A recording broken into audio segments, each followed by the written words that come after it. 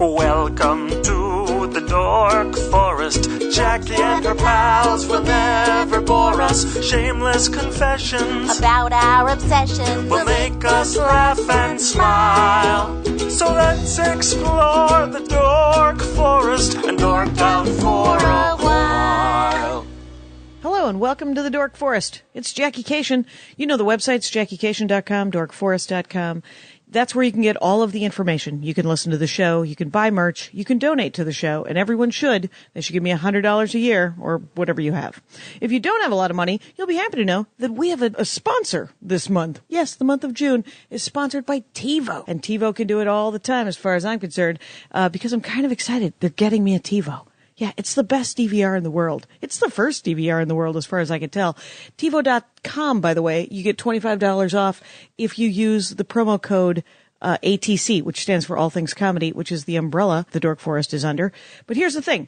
You know about TiVo. TiVo records television, right? But did you know that TiVo Stream, you can transfer your favorite show or whatever to a device, an iPad, a whatnot. And this is what's exciting to me. Two things. First of all, 300 hours of recording. Yeah, I'm excited. It's not just 60 hours like regular. It's up to 300 hours. And it's not just the channels you get, which is good because I don't have cable. And the TiVo they're sending me goes with my HD antenna. But I can do things, which is also on the web. So I have Netflix, I have Hulu, I have Amazon. But you could also use YouTube, Pandora, Spotify as just channels and record them. And you could record up to 4 shows at once. And of course, it still does that recommend thing where you like this, you might like this other thing, you know, like Patton's joke, which will still be linked in the notes as long as TiVo has it. I'm going to link Patton Oswalt's joke on Conan. Is it about minute 3? Anyway, so welcome to the Dork Forest. Welcome TiVo. And anybody else who wants to advertise, that's what an ad sounds like. I'll probably get better at it as we go. Let's get into the show. I am at AnimeCon, A-Kon.com, and Dallas, Texas. Never been here. Never been to Dallas, Texas. Lisle, Wilkerson. Let me get it right. Welcome to the program. Thank you, Jackie. It's great to be here. This is it. We're in a very large room. Can you hear the echo? I can. It's exciting. You know what I'm doing, Lisle, is I'm building an empire very, very slowly. And you're going to be part of that. Exactly. I'm right there with you, girlfriend. What? 4 people at a time. Let's do this. Yeah. I talked these 3 people in the back into at least giving it a shot. And let's first of all, LisleWeapon.com, best website name ever. Ever. Lisle Wilkerson grew up in Tokyo, Japan, and moved to the United States in 2008. You speak fluent Japanese. Hai, so desu. Does that mean sort of? No, that means show you're right. Yes, ma'am. Yes, ma'am. Excellent. Well played. I have sushi talk and something else. What is it? Sushi talk and... What about sukiyaki? You must know sukiyaki. I do not. I do. What? You don't know that song, Sukiyaki? I know the Domo Arigato because I'm 107. Surabato Domo Domo. Right. Yes. Yeah, I know that tune. That was something. That was a proud moment for me when they put those lyrics in the song. Because you were like, thank God. Finally. Yes. Because you were a tall blonde woman. I was, and I still am, by the way. You still are. You are the whitest Japanese lady ever. Yes, you are very correct. Because you lived in Japan all of your formative moments? 35 years. 35 years you lived in frickin' Japan. Yeah. Do you go back on a regular basis? Or? I do. I go back usually once a year for work. Okay. I do live interpreting and stuff like that as well. So, that's got to be steady work, or at least some work. Some work. There we go. I'm not saying you're buying land. Yeah, and actually, I usually go back once a year, but I am. Is there a time we should all go when the cherry blossoms are in? Is it?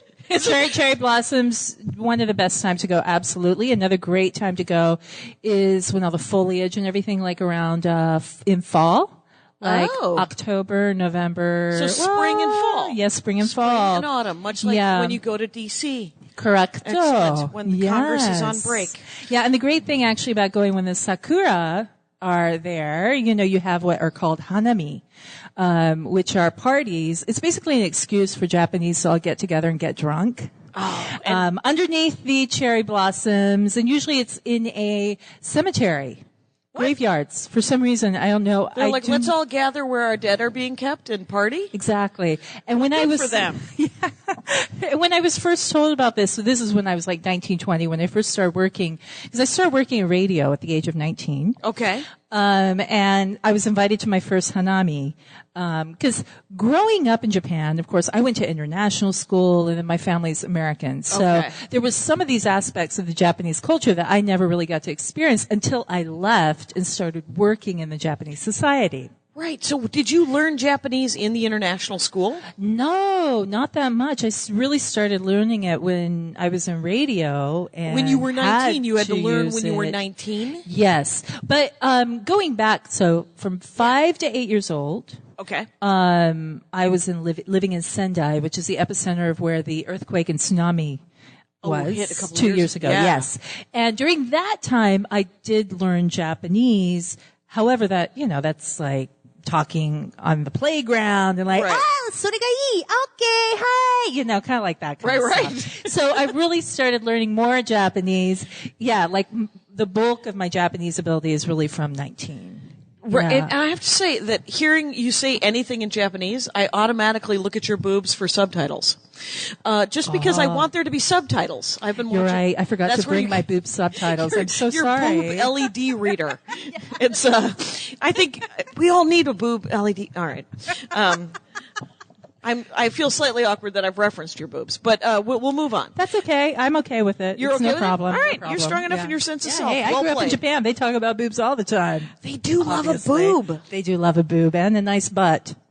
Which is, they're Japanese. It's interesting because everybody at this anime convention wants to be Japanese. Come on in. Do it.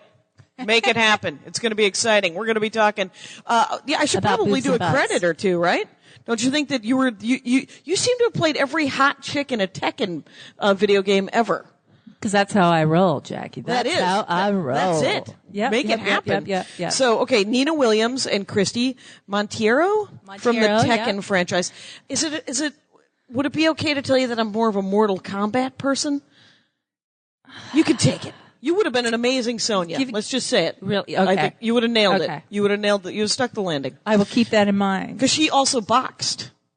Oh. Sonya was a boxer. Let's woman get into after it. my own heart. See, what people don't know about Lisle Wilkerson, LisleWeapon.com. LisaWeapon.com. Yes, is that you were a boxing dork and that you enjoyed. We were talking about Japan, though. We should probably do this in a linear fashion, or jump all over the place. Who knows?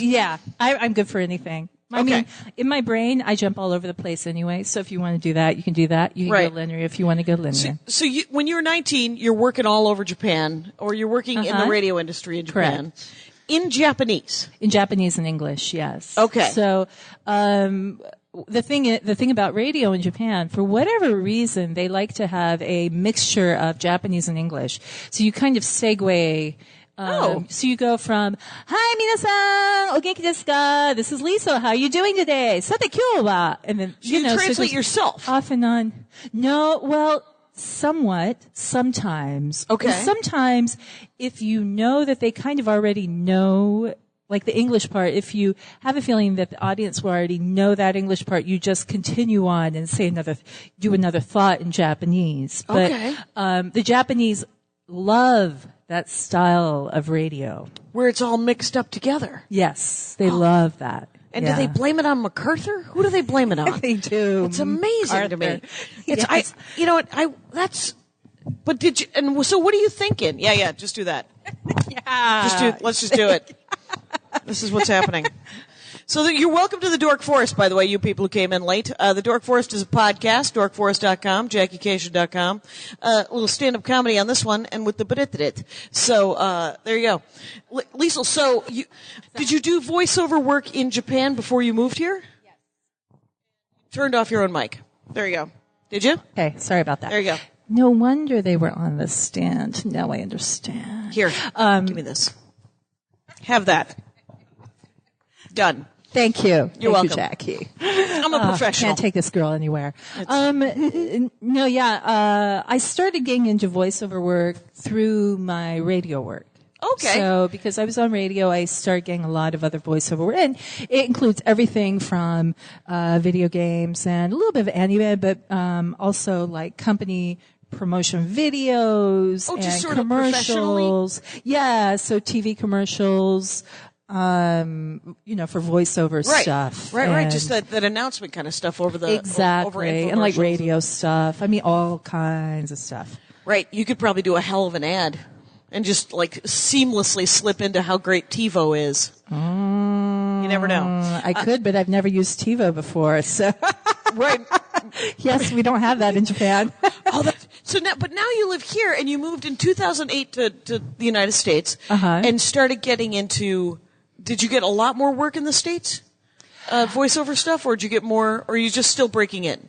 I'm still breaking in, and actually, because I do my voiceover work in both English and Japanese, I'm kind of not really sure where exactly I want to take that. I've done a little bit of video game work since I've been here, but the system's very different. So in Japan, I had quite a few agents that I worked with, and they all knew who I was, and everyone knew me, kind of thing. And because I've been in the industry 15 years doing it. Right. Yeah. Exactly. So now you have to reinvent the wheel a little bit. Correct. Okay. And also for me, being a little bit older, I want to do other stuff. So I've been doing a lot of interpreting.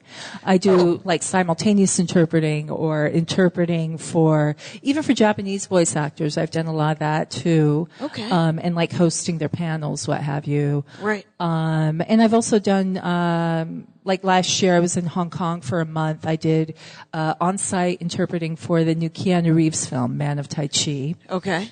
Did you get to meet Keanu Reeves? I did, and pretty nice guy, pretty basic. Nice guy, but I have to say there wasn't really very much of an aura about him. No, I think he's an empty vessel. I'm willing to say it. I don't know him. I think he's an agree with empty you. vessel And that he can be filled with a script. He That's can what be he's filled for. with a He's script. an actor. He's one of those guys. And I think he's probably a better director than he is an actor. Oh. I mean, Ben Affleck. It could happen. Exactly. It could happen. I don't see it, but I wish him the best of luck. Yeah. Keanu, if you're out there, you're very handsome. Yeah, Okay. he was very handsome. He's and age appropriate. Yes. He seems very handsome. Yeah. So you translated because he's doing, but that you were in China essentially. You're in Hong Kong. I was in China. So I know, Chinese. and everyone's like, "What? What do you mean? Do you speak Chinese?" But the thing is, he was actually working with one of the best set designers. One of the top set designers in film, his name is Yohei Taneda, who is Japanese. Okay. And he did a lot of work with Quentin Tarantino and Christian Bale. And so he was the one that I was interpreting for. And there were two key people on the set that I did the conversations for. One was Yohei-san, as I called him, and Keanu. And then Yohei-san and the DP, or director of photography, Elliot, who is one of the top DPs in the industry. So I did those. I had to do interpreting for those. And actually, I came onto set when they were already over budget.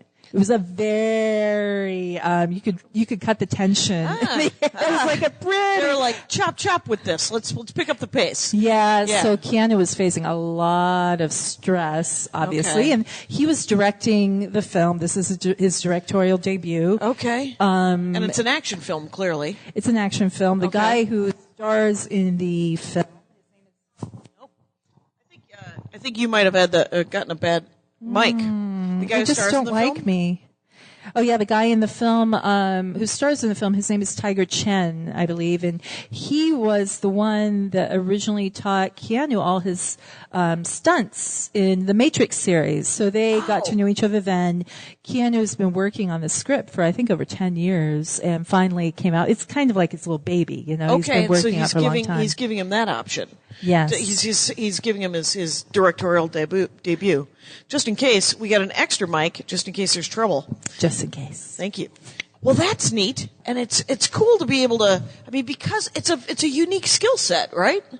And it's got to bring you into some really interesting places. Yeah, and I think that there are probably not that many Americans that can do English and Japanese. There are a lot of Japanese people that do interpreting. But one thing that I always tell clients that I work with, especially if they're Westerners, that if you can get a Westerner or someone like me, like an American who knows the culture and also knows the language, you will be much better off because there's a lot said that's not really said. Like the Japanese language or the Japanese culture in general, they have many ways of saying no without actually ever saying it. Okay, so it's super nuanced. And if Yes. you don't know the culture, Yes, you word could miss choice, the formality of the conversation, even the body language. And this is something that a Japanese interpreter would pick up on, but they wouldn't think to tell their Western client. Just because for them it's kind of like, oh yeah, of course they're going to do this. Right. Whereas I would know, oh, okay, I need to explain this because this is a difference, it's a difference in culture. Yeah. And so you have to essentially say, he's saying yes, but he actually doesn't want to do that. Exactly. Kind of situation. And unfortunately I've had to say that many times. Right. Yes. But I bet you that clears up a lot of problems. Yeah. And to me, it's just incredible that even nowadays I see that a lot in various business meetings or conferences or, just the difference in cultures can make a huge difference, if you really understood better. Yeah. Yeah. Do you watch Japanese movies? Do you watch movies in Japanese?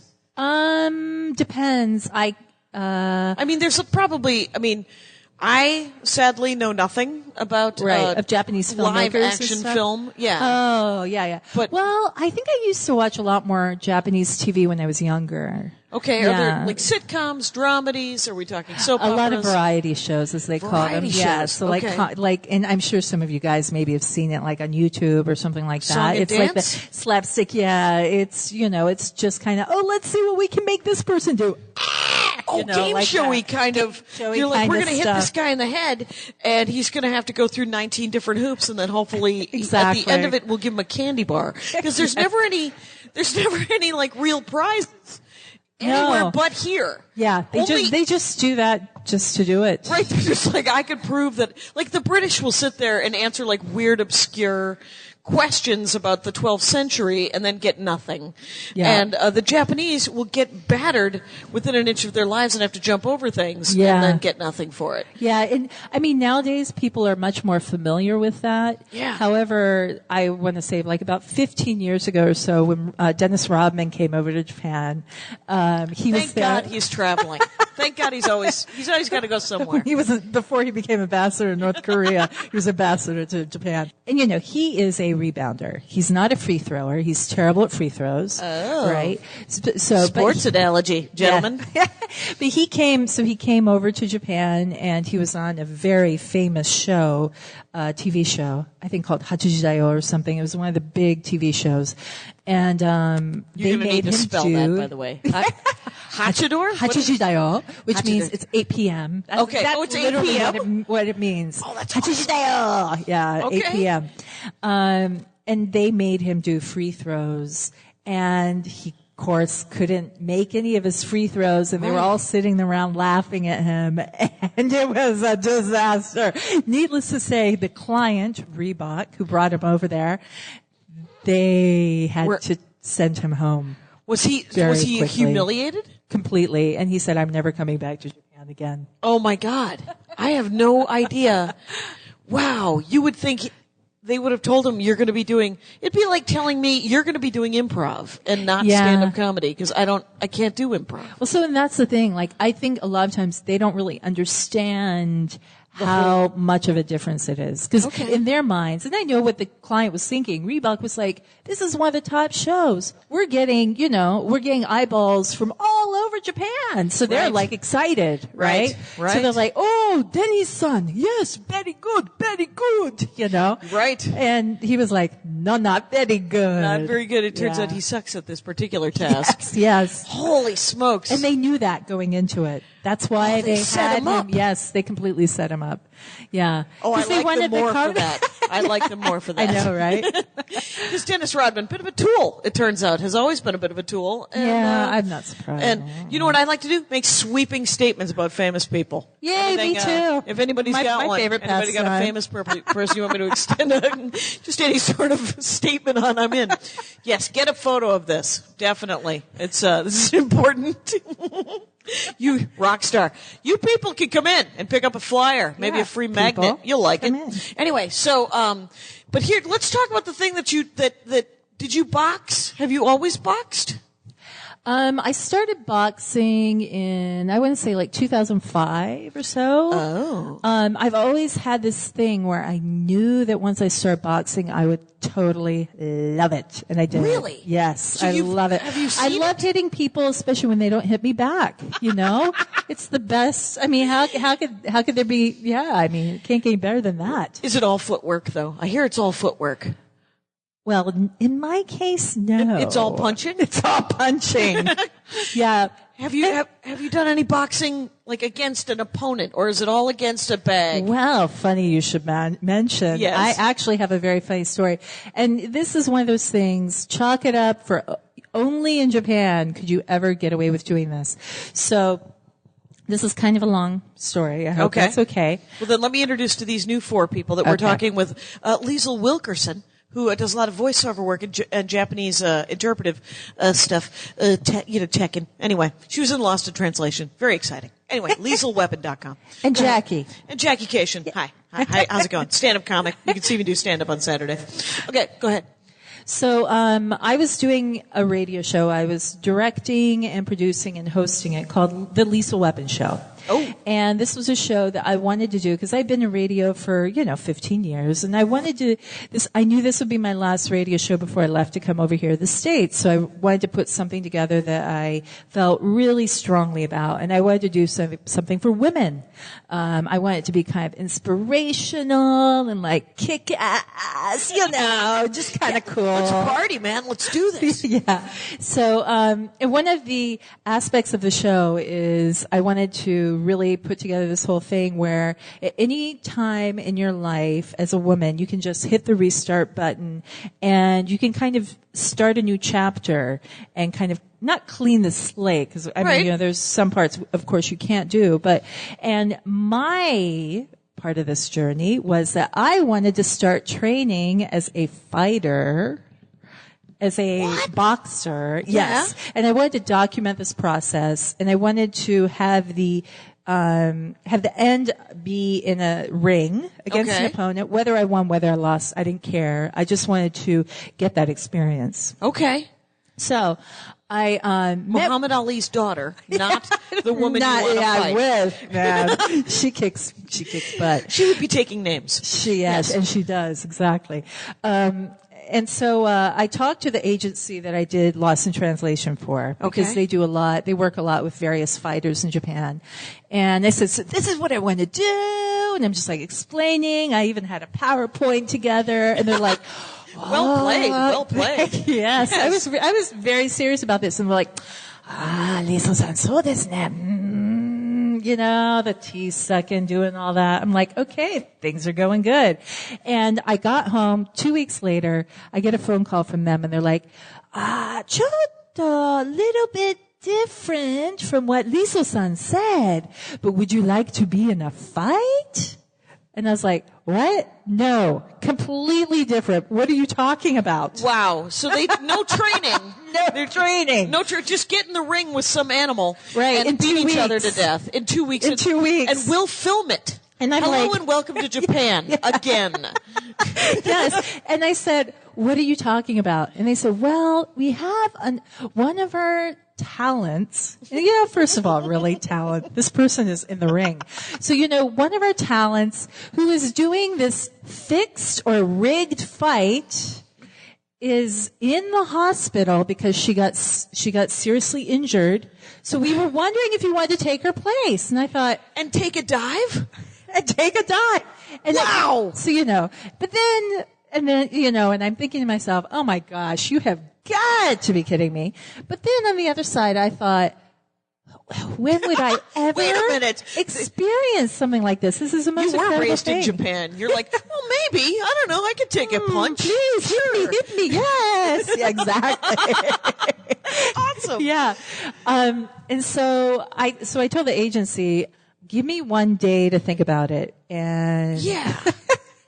and then, I'll let you know. So I ended up doing it. I decided to do it. No, you took 24 hours. Took 24 hours, and I said, took a step back. Yeah. And then said yes. Yes. I know. I'm crazy. And then I called my parents, and I told my parents, but they're used to getting these wacko phone calls from me anyway. So I'm like, so Mom, Dad, I've decided I'm going to be a fight.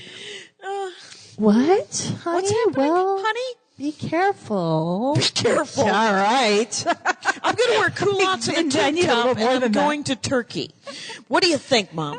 Well, be careful, honey. Okay, it's all right. I'm going to bring a copy of Full Frontal Feminism into Saudi Arabia. Anyone? Okay, Be well, careful. have fun, honey. Let's Skype. Anyway, wow. So how was it? So first of all, me and my opponent, because it was a fixed fight, we had to meet up because my condition was, and I really had only one condition.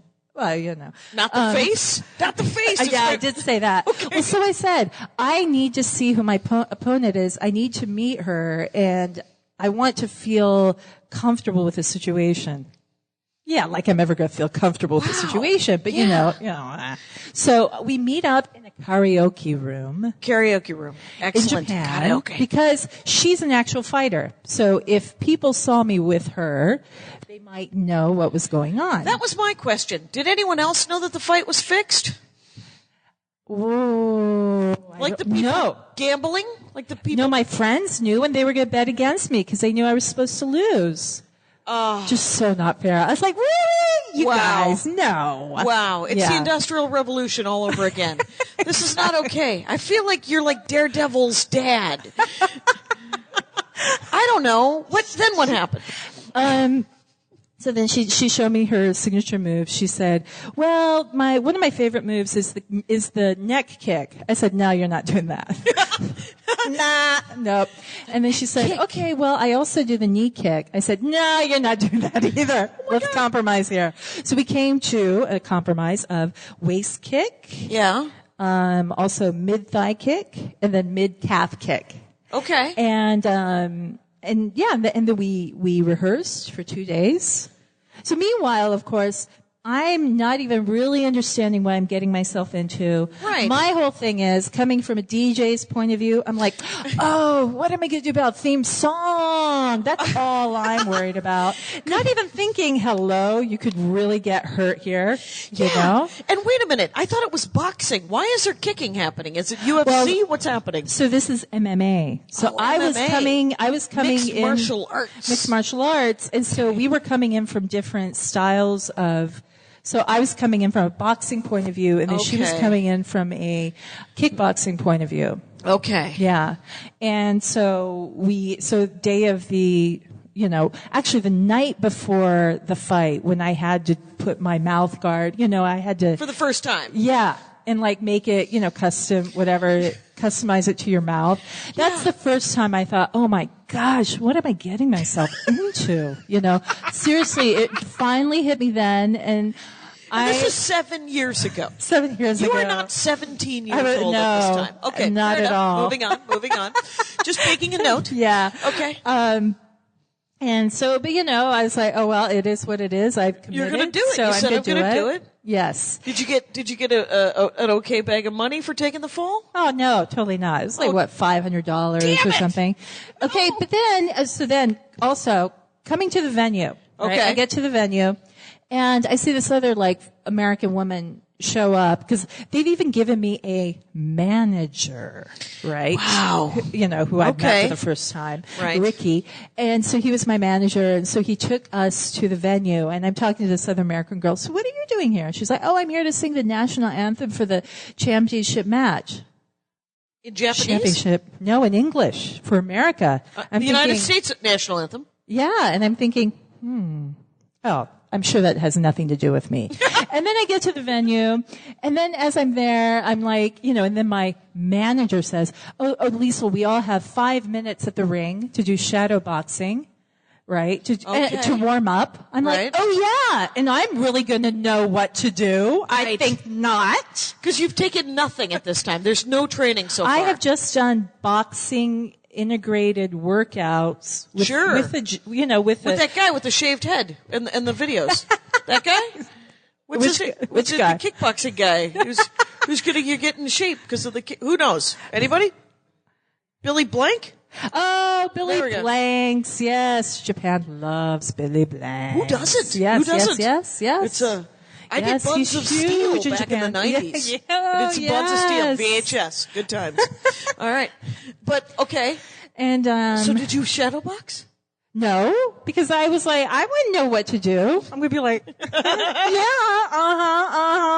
So then he's like, okay, well then go and do your medical checkup, because everyone has to go through a medical checkup to make sure they don't have any KOs, knockouts. Right. I'm like, okay. So to make sure that my head's working. Oh, right. Okay. I'm like, well, obviously it's not. It's I'm doing I've this. never been hit. and I've never been hit before, so I'm pretty healthy, turns out. Yeah. Okay. You might not know it, because I did agree to be a part of this. But, and so I am, standing up in line for the medical checkup. And then the people next to me, Japanese fighter, it was him and his friend, and they don't know that I speak Japanese. Aha. So he says to me in broken English, excuse me, are you Miss Wilkerson? How many fights you do? And I said, oh, this is my first fight. And then I heard him go speak back to his, talk to his friends, say, in Japanese. Yeah. Why is she saying that? She's done at least 7 or 8 fights. I wonder what she's hiding. What's going on? I'm sitting there listening to all this going, what's going on? You're trying to psych out. You're psyching her out. That's what you're doing. Exactly. Some elaborate plan. Yes. And so crazy American, too stupid to lie. American. So I finally go back to the dressing room, which I'm sharing with my opponent. Okay. And I say to my manager, Ricky, why have I done 7 or 8 fights? What's going on here? He's like, oh yeah, here is your profile that we have in the fighting pamphlet booklet thing. And I'm like, really? And you guys didn't want to let me know about this? Wow. And then it also said, fighting for the championship match. Oh, it was a championship fight. Yes. Which I did not know. This is the greatest grifter scam in the world. Oh, it really is. You write this as a script. Yeah. And then at the end of it, though, you win. Huh? That would be Silence. Nice. Look at that. Hey, what song did you go up to, by the way? Was it Eminem's White America? No, okay. It's so just cheesy. Curious. As a DJ, I wanted to please everyone in the audience, so I thought, of course, Eye of a Tiger, Survivor. Nice. Oh, that's fantastic. Yeah. Either that or that song from Karate Kid. It's remember the song from Karate Kid. That was one of my favorites. Oh, that was good stuff. That's just good writing. Anyway, that Ralph Macchio. Sure. Yeah, so I did the fight. And then my friends... How long was the fight? 3 minutes and 40 seconds. But keep in mind, that's a long time. No, it seems actually. Interminable. It sounds... Yeah, it sounds she kept kicking me. Kicking me.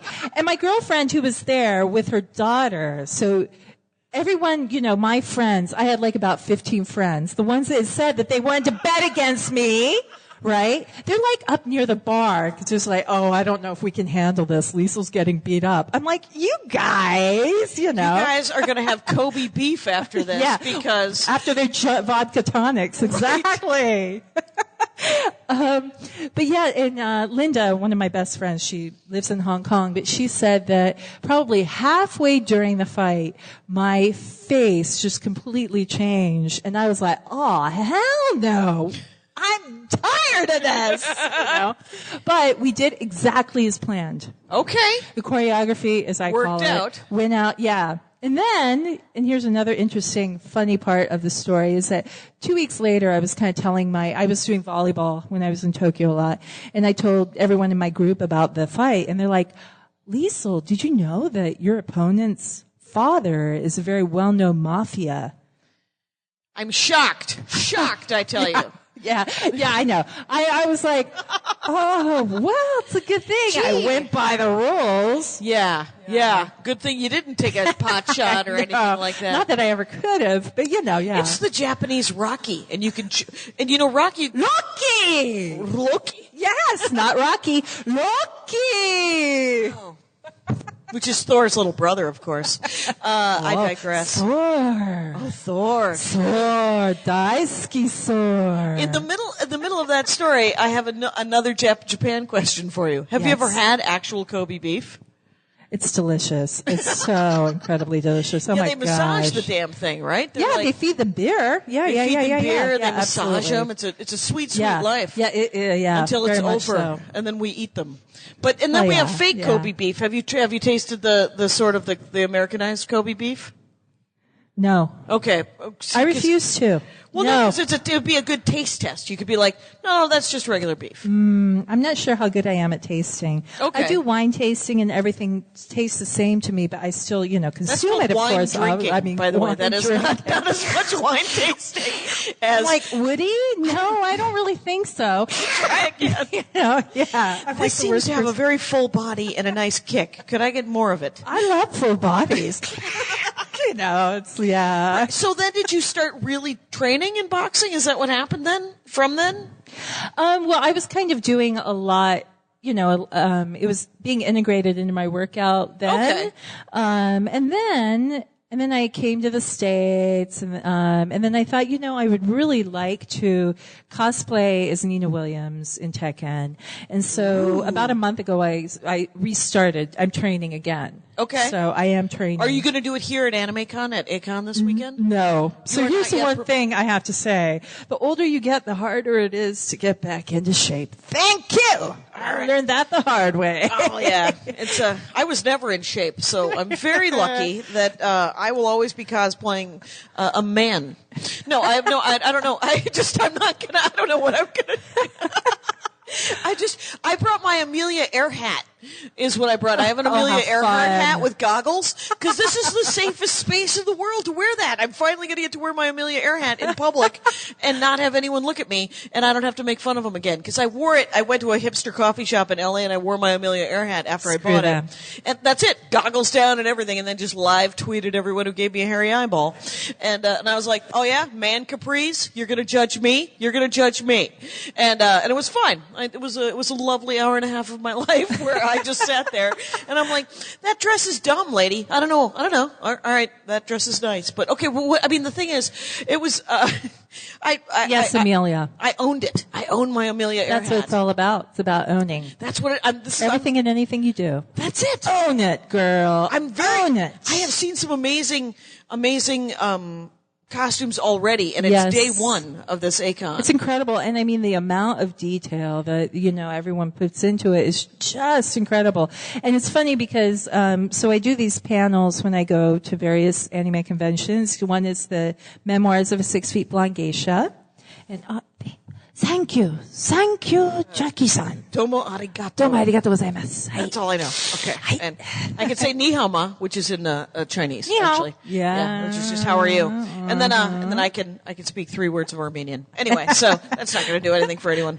But so wait. Yeah, go ahead. Oh yeah, and I also do interpreting for live Japanese voice actors as well sometimes at the anime conventions. And I've talked to. Are you going to do some of that here, or no, not just here. panels, right? Yeah. But in March I was over at Kauai-Con in Hawaii, and I did the interpreting for all the guests over there. Oh, that's so cool. Yeah, I worked with. He is the voice of One Piece, of Piccolo and Ace. Dragon Ball Z, like he does. He's been, and he also does the voices of Billy Crystal and. Oh, he's an impersonator too. He does all kinds of work. He does a lot of dubbing and a lot of stuff. Tom Cruise and yes. Okay, so he'll pick up voices because you can't afford to get the real dude to come back in, that kind of stuff. So he can do. Yeah, well, and the thing is, so depending on the show, like how big of the budget the show is, and also the demographic that they're trying to reach out, like they will have a dubbed version of a show and then they'll have a subtitle. Because Japanese are, also depending on the age, the older audience prefers to have subtitles because they want to hear their favorite actor. If it's Tom Cruise, they want to hear his voice, and I'm sure, you guys can probably relate to that with like anime and everything, and even video games, but then there are a lot of the, like the Disney ones and stuff the kids, like that. The kids can't read the subtitles. They don't read as well or as fast. And subtitles, I don't mind subtitles. I mean, you get used to them almost immediately. Yeah. So it's not like you're missing anything. So. Yeah. Yeah. However, it's interesting that right now in Japan, the younger generation is not about subtitles. They're like, no, we don't want to do that. Older, they're just like, just keep dubbing. No, so the kids the kids that are around nowadays, like Japan is kind of in a very interesting time right now. Yeah. One, the young kids don't like traveling. Japanese have been known, as we all know, to travel. They love traveling. Oh my God, the hacky camera jokes for the last 37 million years. Yeah. Yes, yeah. They're done? They're staying home now? The kids nowadays don't travel. And when you ask them why, usually they'll say something like, I can see Los Angeles on the internet, or I can see this. And, I mean, it's just, and I don't really know. It's changing a lot. And I think part of that is because of the fact that the Japanese economy has been in recession for 20 years. Right. And the kids that are now teenagers, young adults, they have seen their parents work and spend their whole lives working for a company that doesn't give them lifetime employment. And so there's a lot of this disillusion going on right now with the kids. They would prefer to, instead of going to a typical Japanese company, as Japanese always have done, they would prefer to just do like a 9 to 5 at or do like 7-Eleven, arubaito as they call it, part-time work, or get 2 part-time jobs or something like that. Really? Yeah. So it's it's changing a lot. The culture is, and the Japanese, and the country is making a lot of changes. So if they just work, they might just work 60 or 70 hours a week, but in a couple of different, and then jobs. so that they don't have to have any sort of emotional connection and also, to the job? Yes, and also so they can take off when they want to take off. And then they're done, and they'll just get 2 other jobs when they come back. And they don't have to take their work home, and there's just a lot, What are they doing? Do they have amazing hobbies? Not really. This is the whole thing.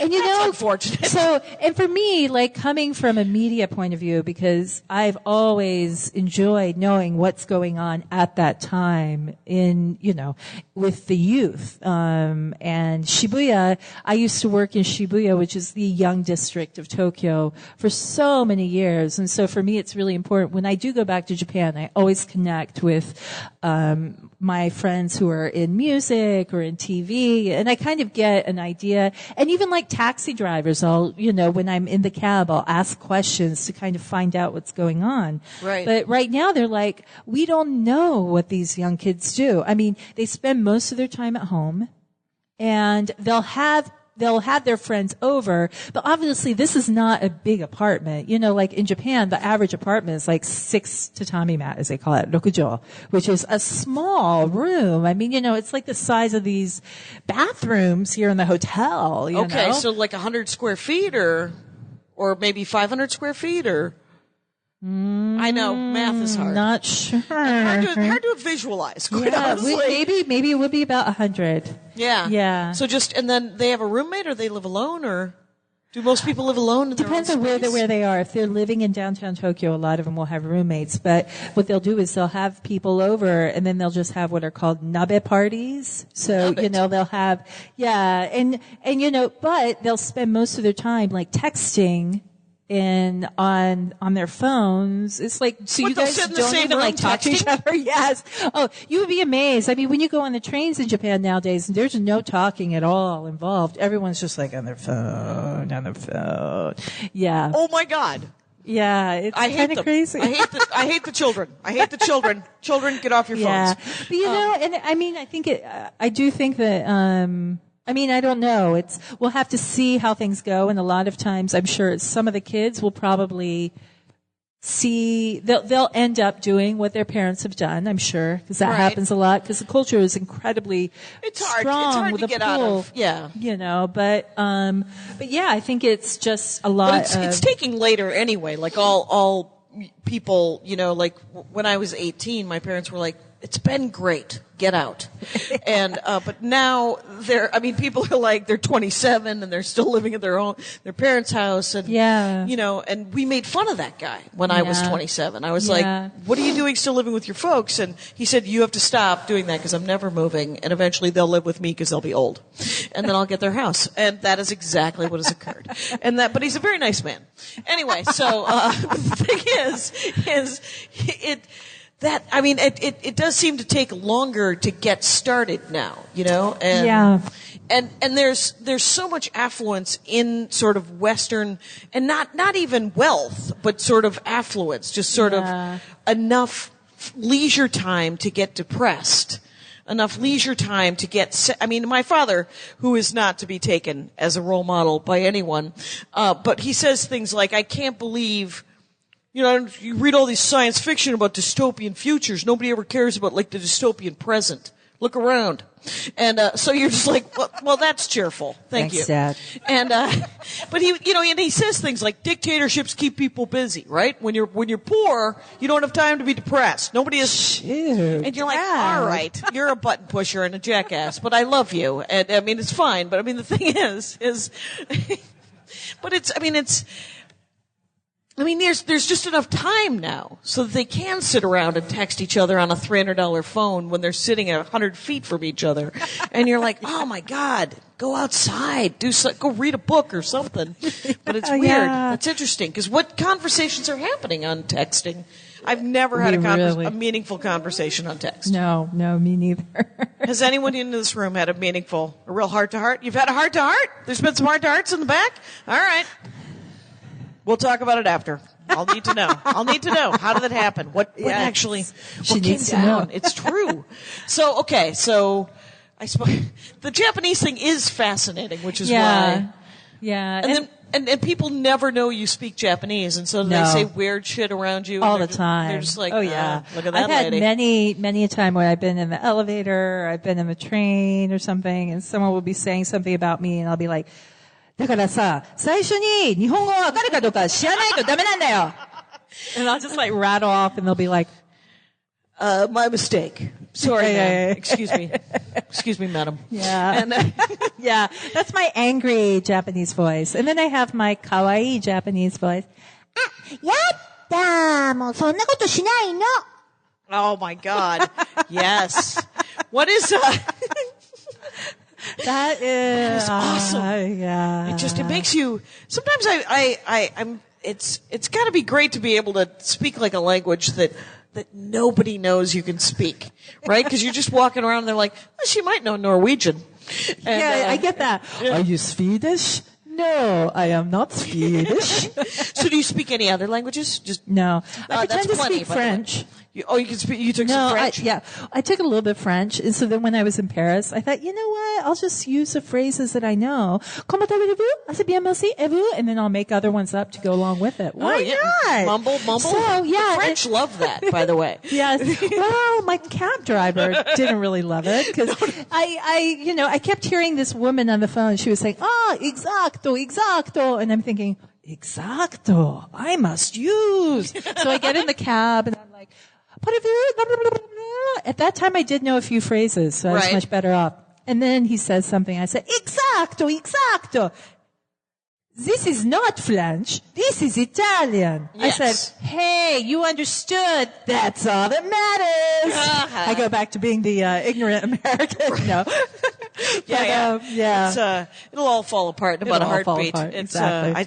I always have the phrase book very prominent, and I give it a shot, and then everybody's very polite because I've given it a shot. And so the effort, A for effort. They appreciate the effort, and it's not. Yeah, it isn't. great. But, I do what I can. So now you live in Los Angeles. Yes. And you're working, I think you might, what is it? I don't know. Talk across it. Yeah. It might be one of these where you talk across. Yeah, if you eat the mic, I think there's some trouble there. I know. I mean, for my radio days, I always do that. You're on board. Doing like that. Some say love. That's what it always makes me. I know. I don't know. That's a karaoke thing because I used to host karaoke myself. I love karaoke. Man, I am not. I had to host it too long, and so there was a lot of, and everyone sang the Rose, and so I learned to hate karaoke. But it's good. some people are very good at it, and I enjoy that. Okay, so let's. What I would like to ask is, so now, what are you working on? What should people go? Lethal Weapon, and then your blog, which is called Memoirs of a 6 Feet Blonde Geisha. Geisha, excellent. 芸者でございます。はい。Hi. はい。 Yes.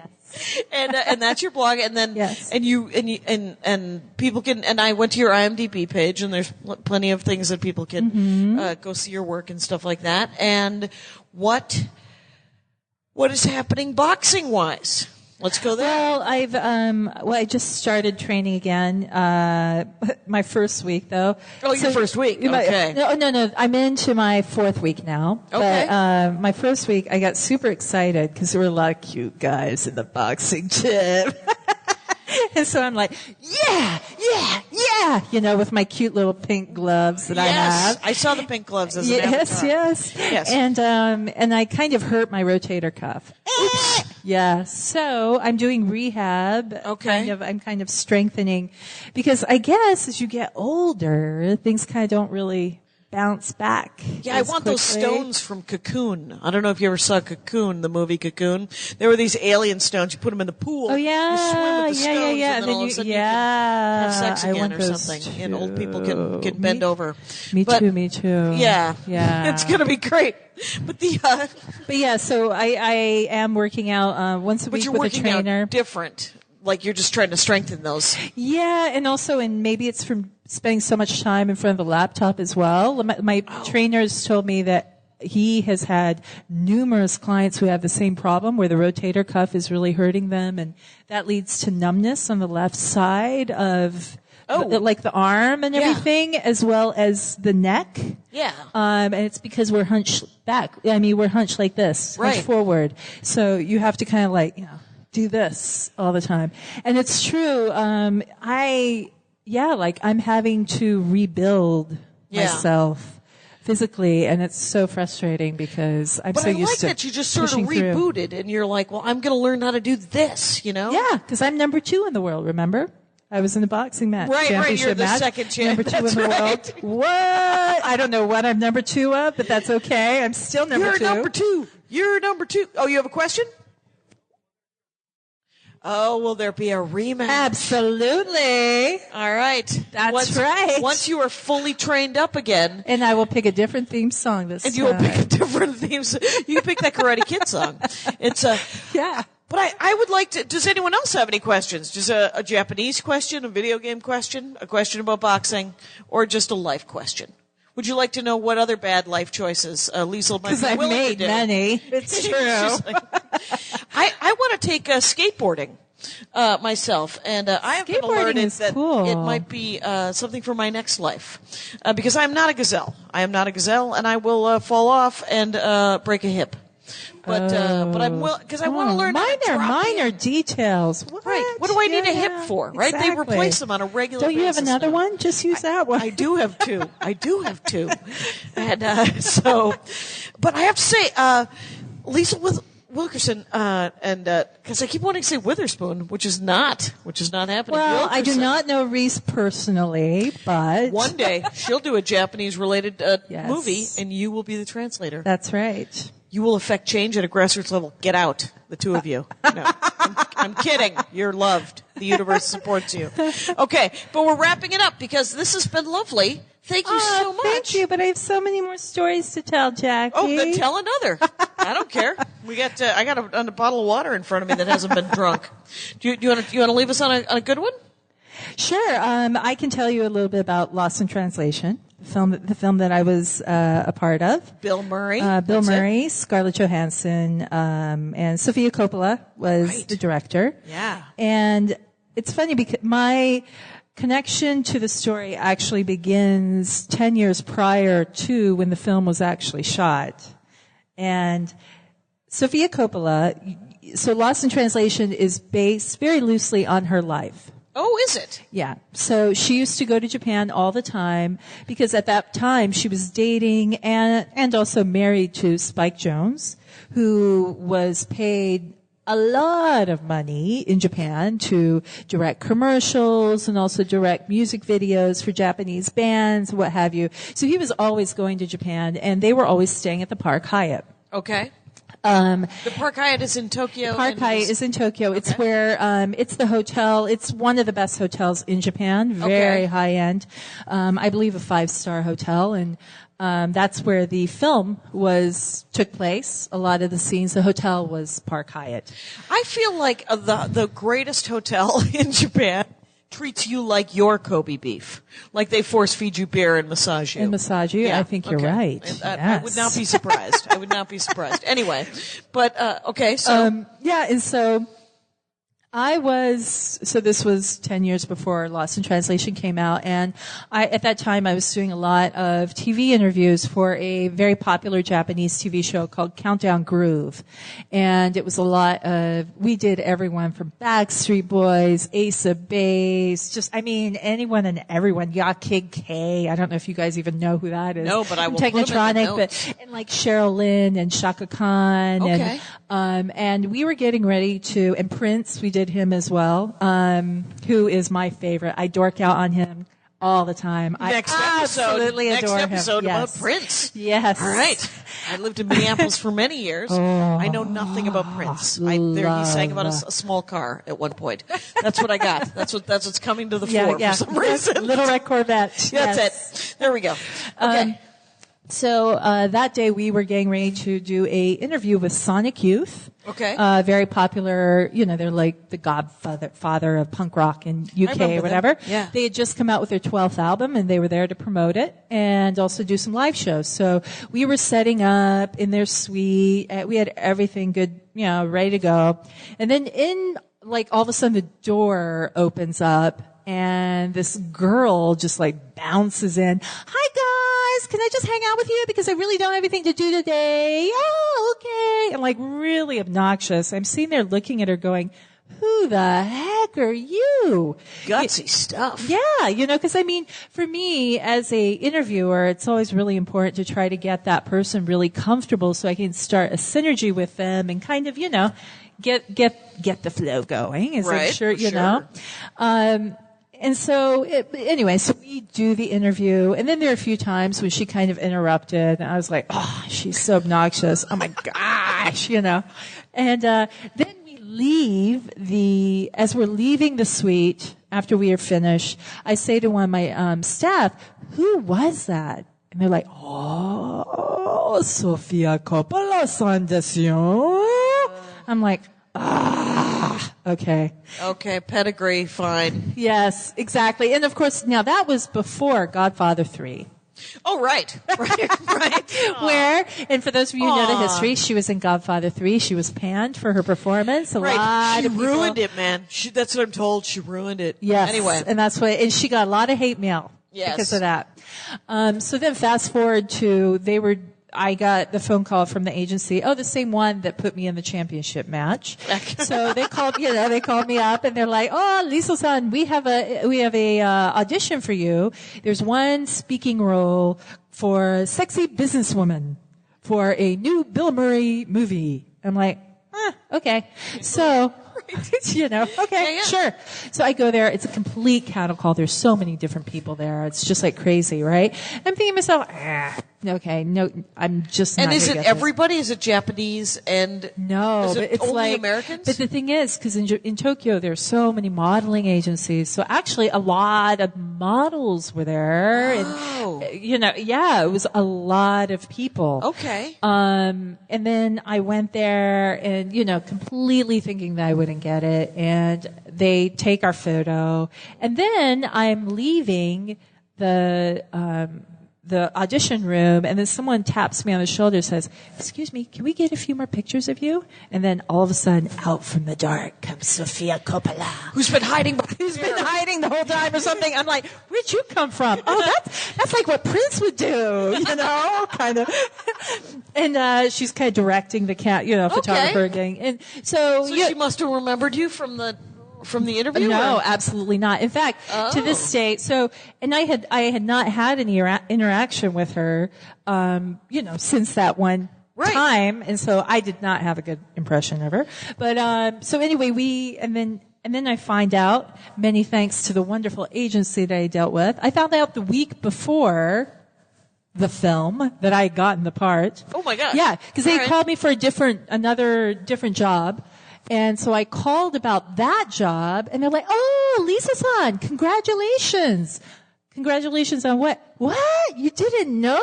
You got the part of sexy businesswoman." I'm like, "Great, wonderful. Well, you could have send me the sides or exactly, or let me know so I can keep the day open." Right, full time. Yeah. That'd be awesome. All right. Yeah. So, I thought this will be interesting because my one run-in with Sofia Coppola was not so pleasant. But then I get to the set, and she was completely different. Okay, because she was the boss. Very, very laid back. And I think also she'd grown up. Yeah. After what had happened with Godfather 3 and, that'll sober you up. That'll sober you up when you get punched in the... Yeah. Just think about after you got punched in the head in the ring. Yeah. My knockout. KO desu ne. Yes. Yeah. Wow. So how many days of shooting? It was actually just 1.5. It was a day and a half? Okay, on the set? That's neat. And, and it was great. My scenes were with Bill Murray. He was awesome. They were on a very tight schedule because, you're only allowed 3 weeks, I think is the maximum in Tokyo to film. They only give you, it doesn't movie. Make sense. It doesn't matter. It's a 3-week permit. Yeah. All I right. think so, yeah. So get the shots. Yeah, it's 2.5 or 3 weeks. Oof. I'm not sure, but yeah. So if you want to do any more than that, in fact, when Tom Cruise wanted to do Mission Impossible 4 originally in Japan, he went to the Ministry of Transportation to formally ask them if he could get 4 weeks. Sort of extension. And then, there was the whole problem with, him jumping on with, Oprah's oh, right. sofa, and then, Paramount said, "No, we don't like you." And, right. So, I mean, but yeah, he had actually gone to Japan to formally ask for that. But, so, with Lost in Translation, they filmed all their hotel scenes at night. Okay. And then all the scenes that were shot, where you have sunlight and everything, daylight, were all shot during the day. So they were clocking some major. That's monumental. Hours. Yeah. Okay. It was pretty impressive. And yet Bill Murray was so accommodating. It was just really, making jokes and kind of trying to keep people up and peppy and. Well, that's neat. And that was it was a great movie, obviously. Yeah. I'm going to take a stand. Lost in Translation. Good work. Good work was being done. Okay. Completely insane. I saw him one time at lunch. Guess what I did? Left him alone. I let him eat his lunch. Okay. Bill Murray? Yeah. He was right there wearing a hat. And I thought, I could go over and tell him that he's awesome and I really like him. Or I could let him eat his sandwich, it turns out. And so that's what I chose. Or you can ask for some of his sandwich. That would have been. To sit down with him. That's what Sofia Coppola would have done. She would have just been like, "Are you going to finish those fries? What are you going to do?" And so, Lisle, I thank you so much. Yeah, no, for doing the show. I appreciate it, and thank you guys for hanging out and watching the show. We're going to have another one tomorrow afternoon, and come and listen to me not know about the thing that Kyle Hebert's going to talk about. That'll be fantastic. Oh, Thanks he's for coming got out, lots you to guys. talk about. Oh yeah, that'll be great. Plug and play. Thanks a lot, you guys. Good night. Thank you. And if you hear some of the same stories throughout the weekend, sorry. Right.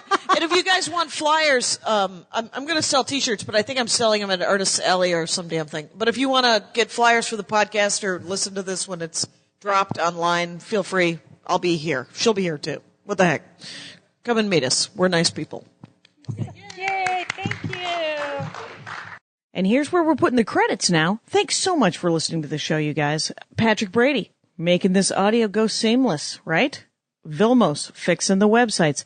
Mike Rickberg and Sarah Cohen sang at the beginning of the show. Mike Rickberg wrote and composed the Dork Forest theme. And Mike is going to sing in a second the Mexican hat dance. And as always, JackieCation.com for stand-up and live Dork Forest events. Thanks a lot, you guys. Thanks for listening. My hat, my hat, my hat. They're dancing around my hat, my hat, my hat, my hat. Well, what do you think of that? If it looks like a Mexican hat dance and it sounds like a Mexican hat dance, it's most likely a Mexican hat dance. So take off your hat and let's dance. Yay! Oh my God. Why don't we just call that as the end of the show?